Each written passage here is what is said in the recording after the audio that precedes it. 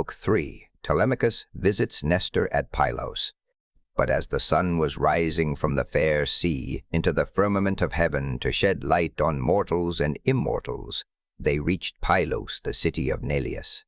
Now the people of Pylos were gathered on the seashore to offer sacrifice of black bulls to Neptune, lord of the earthquake. There were 9 guilds with 500 men in each, and there were 9 bulls to each guild, as they were eating the inward meats and burning the thigh bones. In the name of Neptune, Telemachus and his crew arrived, furled their sails, brought their ship to anchor, and went ashore. Minerva led the way, and Telemachus followed her. Presently she said, "Telemachus, you must not be in the least shy or nervous. You have taken this voyage to try and find out where your father is buried and how he came by his end. So go straight up to Nestor that we may see what he has got to tell us. Beg of him to speak the truth, and he will tell no lies, for he is an excellent person." "But how, Mentor," replied Telemachus, "dare I go up to Nestor, and how am I to address him? I have never yet been used to holding long conversations with people, and am ashamed to begin questioning one who is so much older than myself." "Some things, Telemachus," answered Minerva, "will be suggested to you by your own instinct, and heaven will prompt you further. For I am assured that the gods have been with you from the time of your birth until now." She then went quickly on, and Telemachus followed in her steps till they reached the place where the guilds of the Pylian people were assembled. There they found Nestor sitting with his sons, while his company round him were busy getting dinner ready and putting pieces of meat onto the spits while other pieces were cooking. When they saw the strangers, they crowded round them, took them by the hand, and bade them take their places. Nestor's son Pisistratus at once offered his hand to each of them, and seated them on some soft sheepskins that were lying on the sands near his father and his brother Thrasymedes. Then he gave them their portions of the inward meats, and poured wine for them into a golden cup, handing it to Minerva first, and saluting her at the same time. "Offer a prayer, sir," said he, "to King Neptune, for it is his feast that you are joining. When you have duly prayed and made your drink offering, pass the cup to your friend, that he may do so also. I doubt not that he too lifts his hands in prayer, for man cannot live without God in the world. Still he is younger than you are, and is much of an age with myself, so I will give you the precedence." As he spoke, he handed her the cup. Minerva thought it very right and proper of him to have given it to herself first. She accordingly began praying heartily to Neptune. "O thou," she cried, "that encirclest the earth, vouchsafe to grant the prayers of thy servants that call upon thee. More especially, we pray thee, send down thy grace on Nestor and on his sons. Thereafter, also make the rest of the Pylian people some handsome return for the goodly hecatomb they are offering you. Lastly, grant Telemachus and myself a happy issue, in respect of the matter that has brought us in our ship to Pylos." When she had thus made an end of praying, she handed the cup to Telemachus, and he prayed likewise. By and by, when the outer meats were roasted and had been taken off the spits, the carvers gave every man his portion, and they all made an excellent dinner. As soon as they had had enough to eat and drink, Nestor, knight of Gerene, began to speak. "Now," said he, "that our guests have done their dinner, it will be best to ask them who they are. Who, then, sir strangers, are you, and from what port have you sailed? Are you traders? Or do you sail the seas as rovers with your hand against every man, and every man's hand against you?" Telemachus answered boldly, for Minerva had given him courage to ask about his father and get himself a good name. "Nestor," said he, "son of Neleus, honor to the Achaean name. You ask whence we come, and I will tell you. We come from Ithaca under Neritum, and the matter about which I would speak is of private, not public import. I seek news of my unhappy father Ulysses, who is said to have sacked the town of Troy in company with yourself. We know what fate befell each one of the other heroes who fought at Troy. But as regards Ulysses, heaven has hidden from us the knowledge even that he is dead at all, for no one can certify us in what place he perished, nor say whether he fell in battle on the mainland, or was lost at sea amid the waves of Amphitrite. Therefore I am suppliant at your knees, if haply you may be pleased to tell me of his melancholy end, whether you saw it with your own eyes, or heard it from some other traveller, for he was a man born to trouble. Do not soften things out of any pity for me, but tell me in all plainness exactly what you saw. If my brave father Ulysses ever did you loyal service, either by word or deed, when you Achaeans were harassed among the Trojans, bear it in mind now, as in my favor, and tell me truly all. My friend, answered Nestor, you recall a time of much sorrow to my mind, for the brave Achaeans suffered much both at sea, while privateering under Achilles, and when fighting before the great city of King Priam. Our best men, all of them fell there. Ajax, Achilles, Patroclus, peer of gods in council, and my own dear son, Antilochus, a man singularly fleet of foot and in fight valiant. But we suffered much more than this. What mortal tongue indeed could tell the whole story? Though you were to stay here and question me for 5 years, or even 6, I could not tell you all that the Achaeans suffered, and you would turn homeward weary of my tale before it ended. 9 long years did we try every kind of stratagem, but the hand of heaven was against us. During all this time there was no one who could compare with your father in subtlety. If indeed you are his son, I can hardly believe my eyes. And you talk just like him too. No one would say that people of such different ages could speak so much alike. He and I never had any kind of difference from first to last, neither in camp nor council, but in singleness of heart and purpose, we advised the Argives how all might be ordered for the best. When, however, we had sacked the city of Priam, and were setting sail in our ships as heaven had dispersed us, then Jove saw fit to vex the Argives on their homeward voyage. For they had not all been either wise or understanding, and hence many came to a bad end through the displeasure of Jove's daughter Minerva, who brought about a quarrel between the 2 sons of Atreus. The sons of Atreus called a meeting which was not as it should be, for it was sunset, and the Achaeans were heavy with wine. When they explained why they had called the people together, it seemed that Menelaus was for sailing homeward at once, and this displeased Agamemnon, who thought that we should wait till we had offered hecatombs to appease the anger of Minerva. Fool that he was, he might have known that he would not prevail with her, for when the gods have made up their minds, they do not change them lightly. So the 2 stood bandying hard words, whereon the Achaeans sprang to their feet with a cry that rent the air, and were of 2 minds as to what they should do.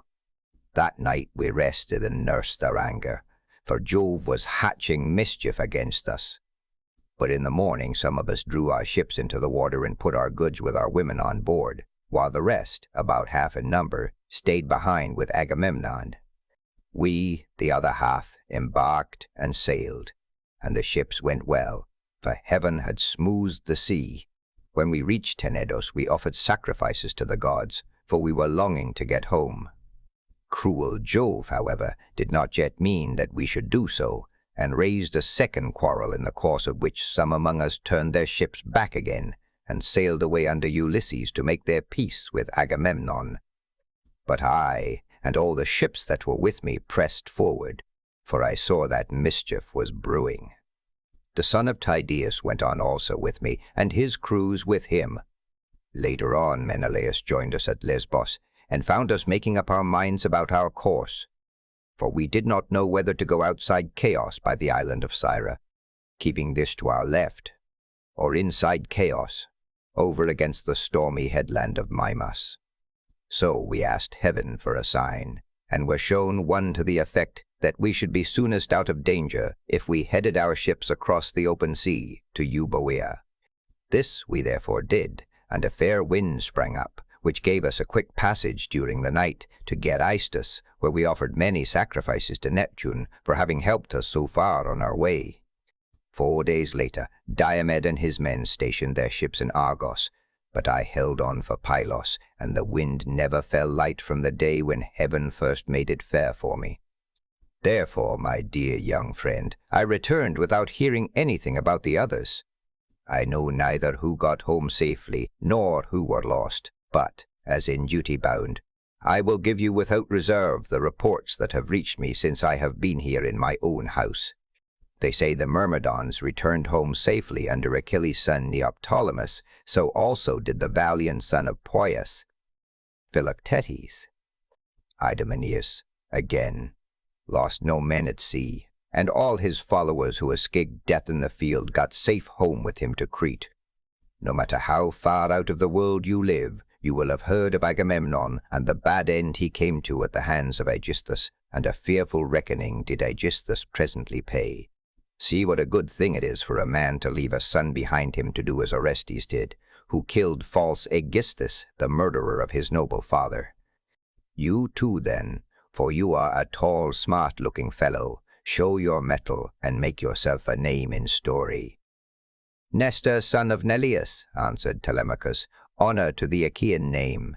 The Achaeans applaud Orestes, and his name will live through all time, for he has avenged his father nobly. Would that heaven might grant me to do like vengeance on the insolence of the wicked suitors, who are ill-treating me and plotting my ruin. But the gods have no such happiness in store for me and for my father, so we must bear it as best we may.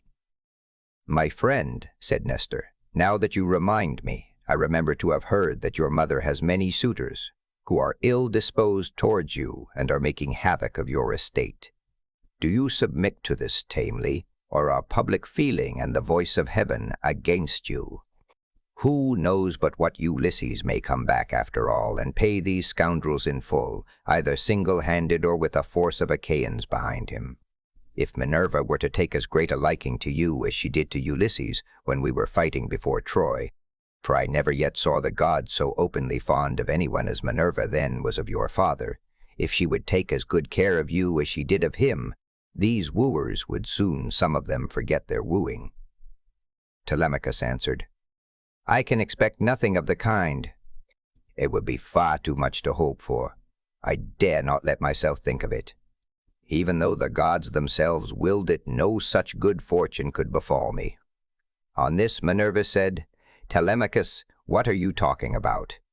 Heaven has a long arm if it is minded to save a man.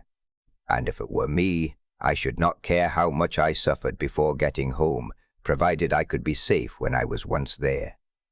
I would rather this than get home quickly and then be killed in my own house, as Agamemnon was, by the treachery of Aegisthus and his wife. Still, death is certain, and when a man's hour is come, not even the gods can save him, no matter how fond they are of him. Mentor, answered Telemachus, do not let us talk about it any more. There is no chance of my father's ever coming back. The gods have long since counseled his destruction.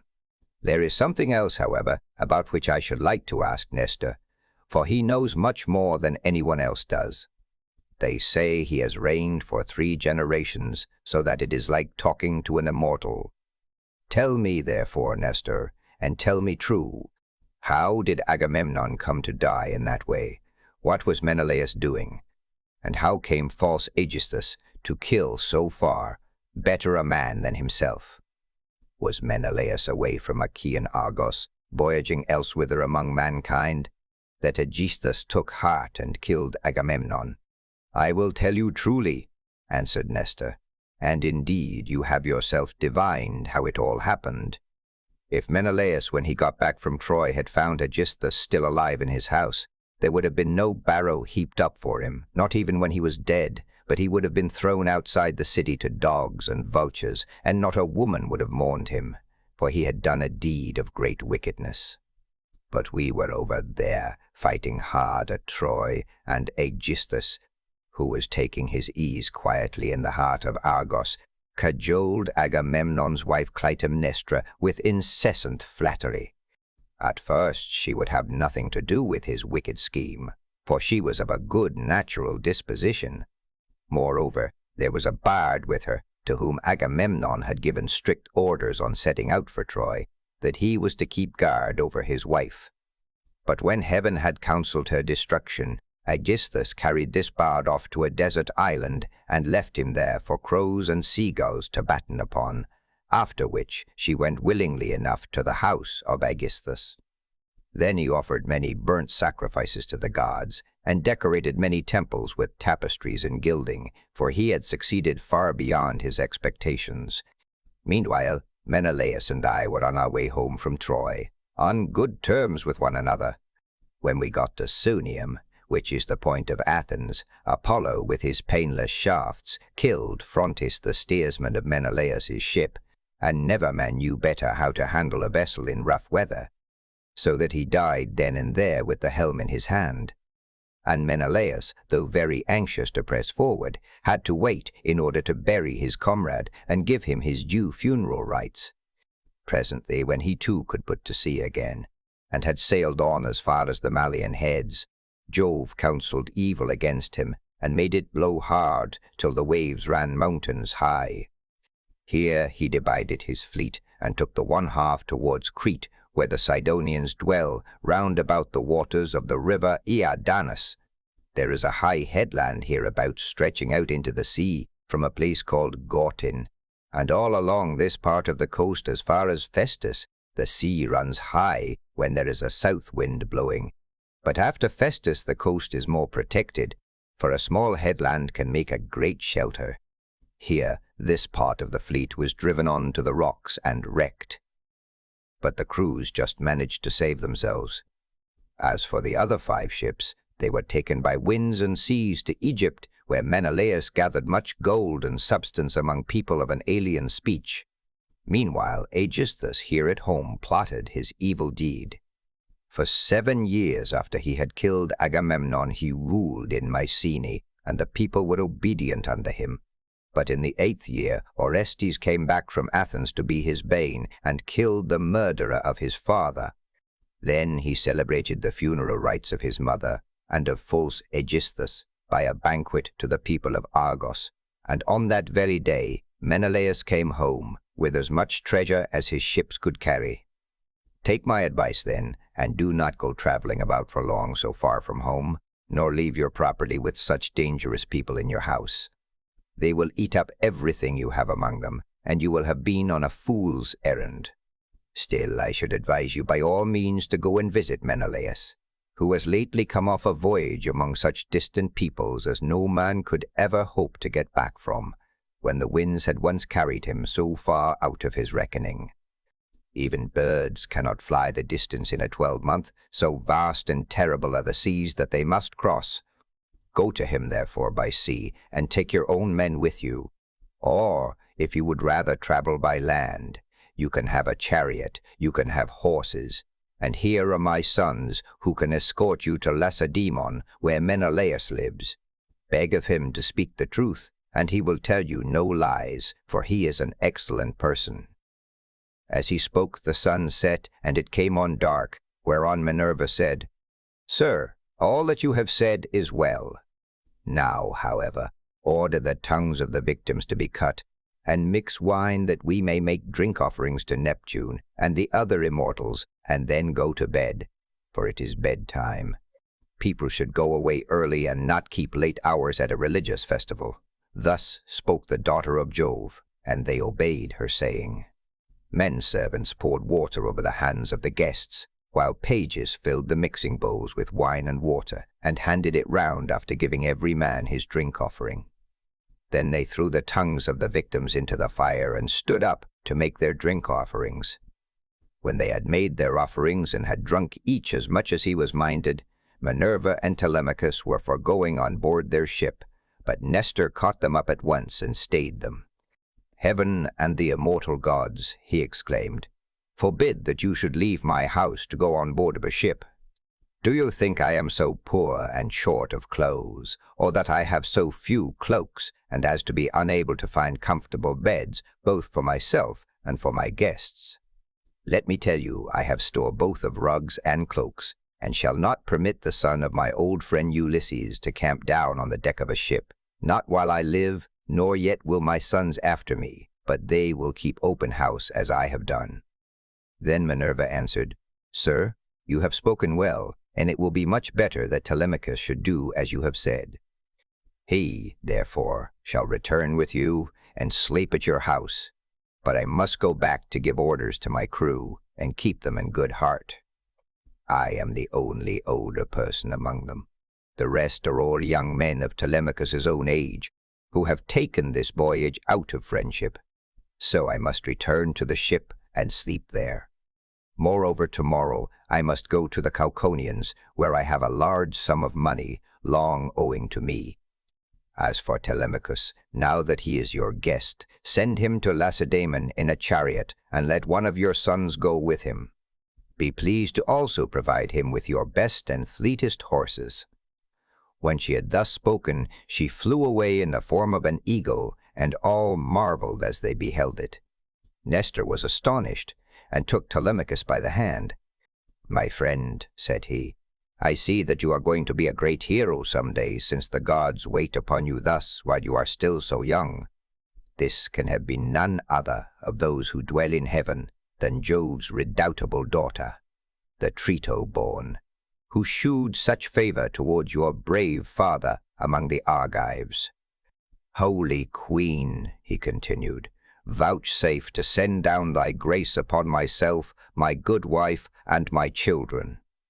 In return, I will offer you in sacrifice a broad-browed heifer of a year old, unbroken, and never yet brought by man under the yoke. I will gild her horns, and will offer her up to you in sacrifice." Thus did he pray, and Minerva heard his prayer. He then led the way to his own house, followed by his sons and sons-in-law.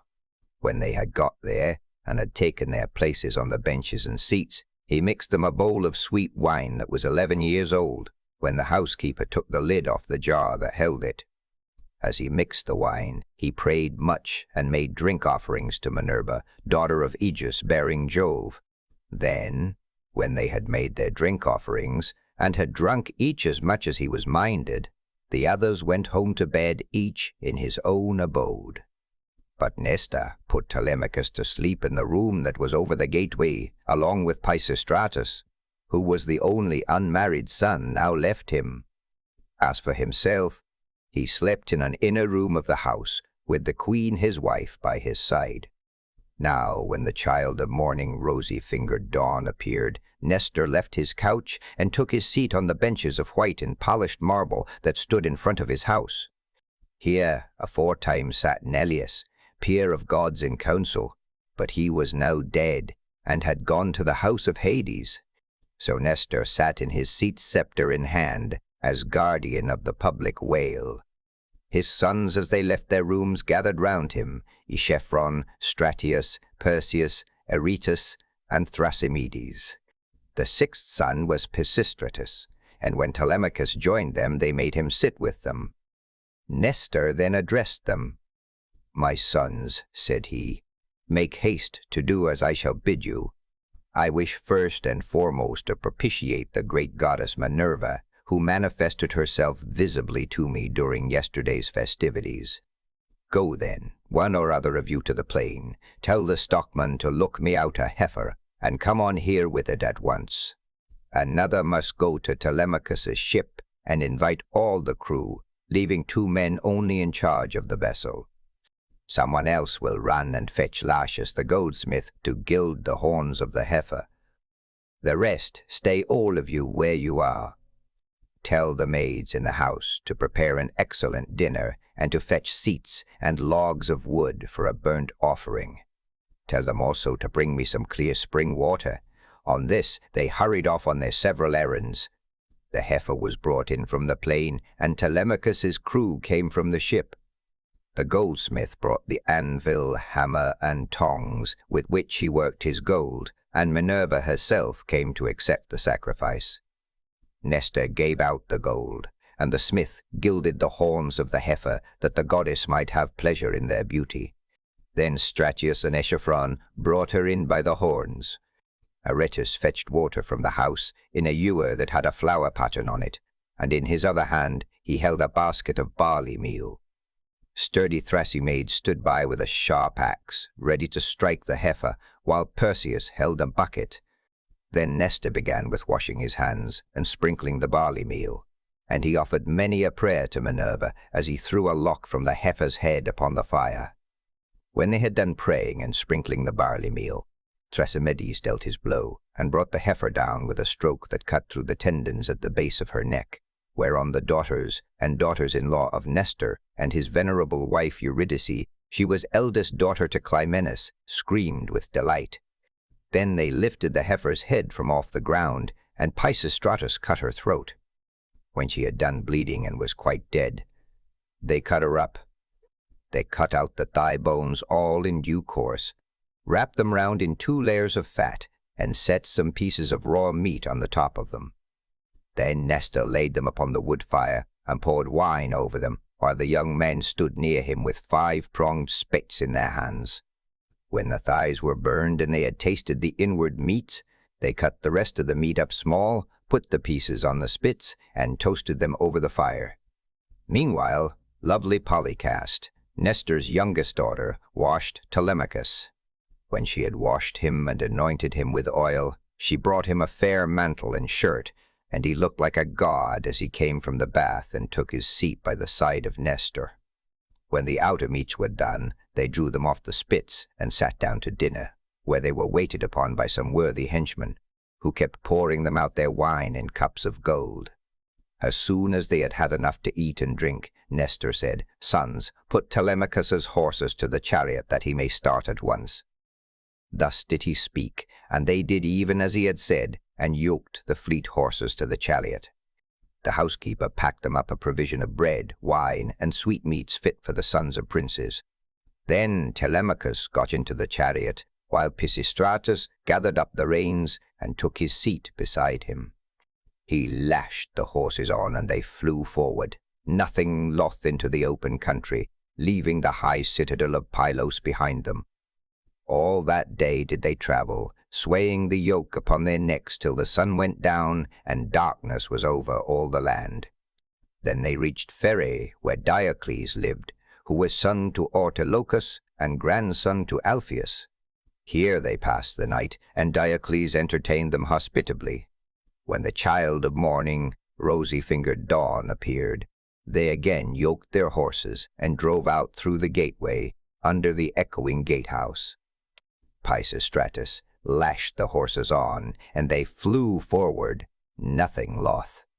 Presently they came to the corn lands of the open country, and in the course of time completed their journey. So well did their steeds take them. Now when the sun had set, and darkness was over the land. Book 4, The Visit to King Menelaus, who tells his story.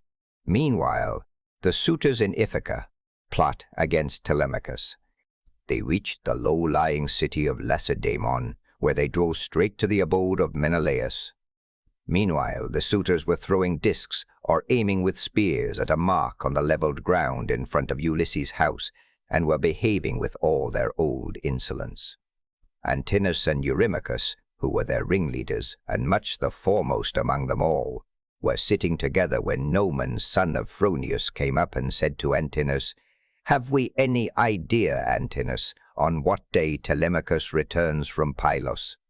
He has a ship of mine, and I want it, to cross over to Elis. I have 12 brood mares there, with yearling mule foals by their side, not yet broken in, and I want to bring one of them over here and break him." They were astounded when they heard this, for they had made sure that Telemachus had not gone to the city of Neleus. They thought he was only away somewhere on the farms, and was with the sheep, or with the swineherd. So Antinous said, "When did he go? Tell me truly, and what young men did he take with him? Were they freemen, or his own bondsmen? For he might manage that too. Tell me also, did you let him have the ship of your own free will, because he asked you, or did he take it without your leave?" "I lent it him," answered Noman. "What else could I do when a man of his position said he was in a difficulty and asked me to oblige him? I could not possibly refuse. As for those who went with him, they were the best young men we have, and I saw Mentor go on board as captain, or some god who was exactly like him. I cannot understand it, for I saw Mentor here myself yesterday morning, and yet he was then setting out for Pylos."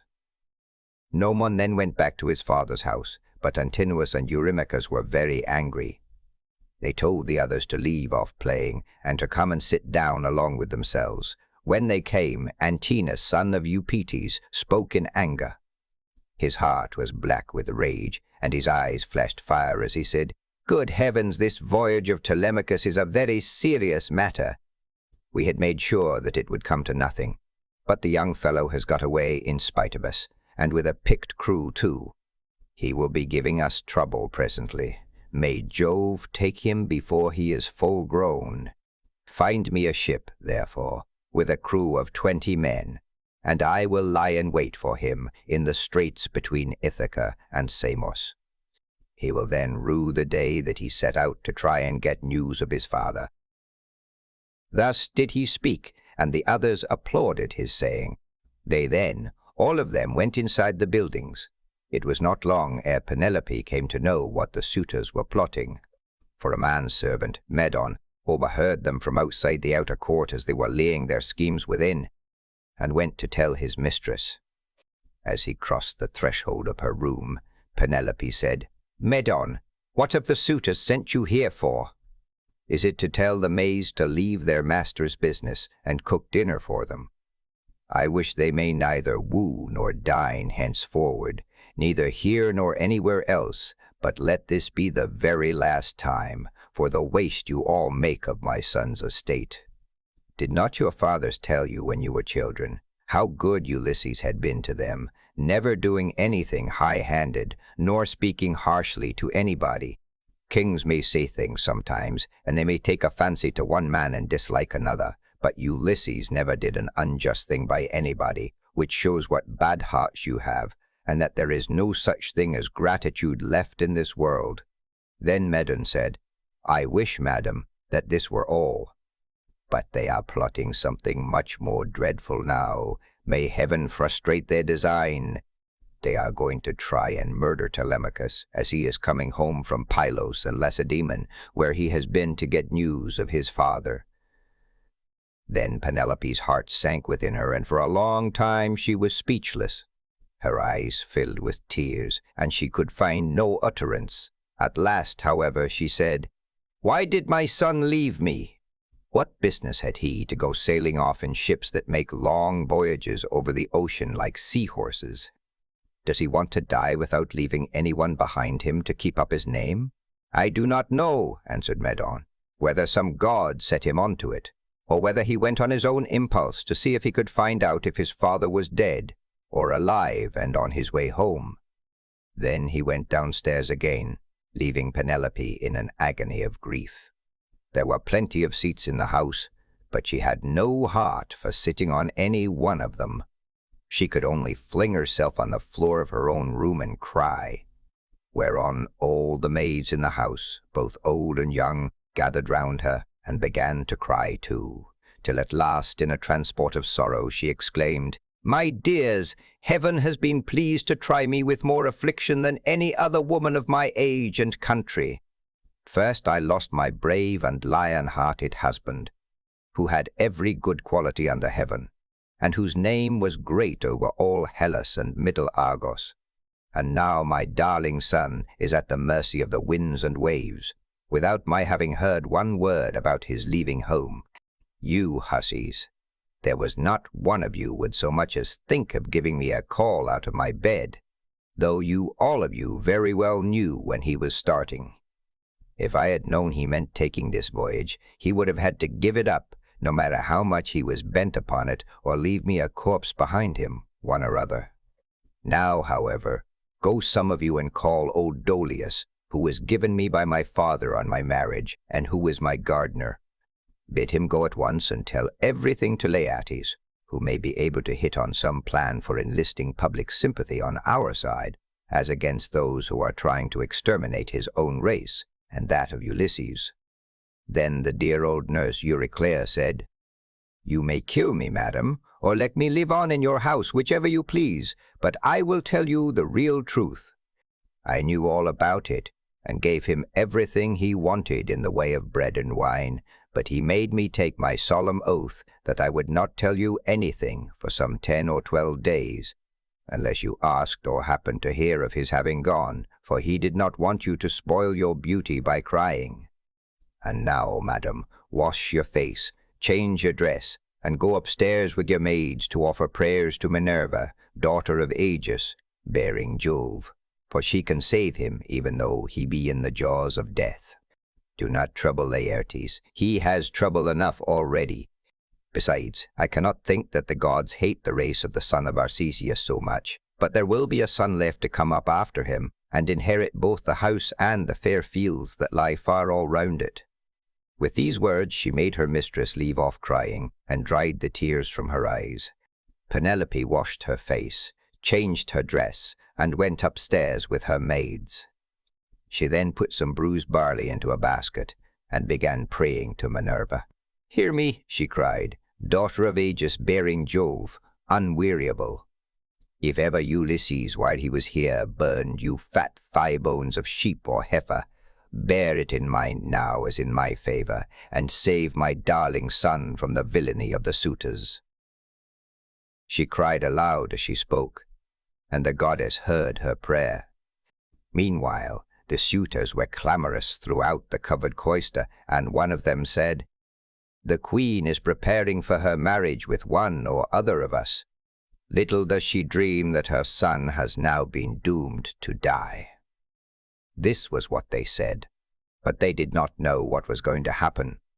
Then Antinous said, "Comrades, let there be no loud talking, lest some of it get carried inside. Let us be up and do that in silence, about which we are all of a mind." He then chose 20 men, and they went down to their ship and to the seaside. They drew the vessel into the water, and got her mast and sails inside her. They bound the oars to the thole-pins with twisted thongs of leather, all in due course, and spread the white sails aloft, while their fine servants brought them their armor. Then they made the ship fast a little way out, came on shore again, got their suppers, and waited till night should fall. But Penelope lay in her own room upstairs, unable to eat or drink, and wondering whether her brave son would escape or be overpowered by the wicked suitors. Like a lioness caught in the toils with huntsmen hemming her in on every side, she thought and thought till she sank into a slumber, and lay on her bed bereft of thought and motion. Then Minerva bethought her of another matter, and made a vision in the likeness of Penelope's sister Iphthyme, daughter of Icarius, who had married Eumelus, and lived in Pherae. She told the vision to go to the house of Ulysses, and to make Penelope leave off crying. So it came into her room by the hole through which the thong went for pulling the door to, and hovered over her head, saying, "You are asleep, Penelope. The gods who live at ease will not suffer you to weep and be so sad. Your son has done them no wrong, so he will yet come back to you." Penelope, who was sleeping sweetly at the gates of dreamland, answered, "Sister, why have you come here?" "You do not come very often, but I suppose that is because you live such a long way off. Am I, then, to leave off crying, and refrain from all the sad thoughts that torture me? I, who have lost my brave and lion-hearted husband, who had every good quality under heaven, and whose name was great over all Hellas and middle Argos. And now my darling son has gone off on board of a ship, a foolish fellow who has never been used to roughing it, nor to going about among gatherings of men. I am even more anxious about him than about my husband. I am all in a tremble when I think of him, lest something should happen to him, either from the people among whom he has gone, or by sea, for he has many enemies who are plotting against him, and are bent on killing him before he can return home." Then the vision said, "Take heart, and be not so much dismayed. There is one gone with him whom many a man would be glad enough to have stand by his side. I mean Minerva. It is she who has compassion upon you, and who has sent me to bear you this message." "Then," said Penelope, If you are a god or have been sent here by divine commission, tell me also about that other unhappy one. Is he still alive, or is he already dead and in the house of Hades?" And the vision said, "I shall not tell you for certain whether he is alive or dead, and there is no use in idle conversation." Then it vanished through the thong-hole of the door, and was dissipated into thin air. But Penelope rose from her sleep refreshed and comforted, so vivid had been her dream. Meantime the suitors went on board and sailed their ways over the sea, intent on murdering Telemachus. Now there is a rocky islet called Asteris, of no great size, in mid-channel between Ithaca and Samos, and there is a harbour on either side of it where a ship can lie. Here then the Achaeans placed themselves in ambush,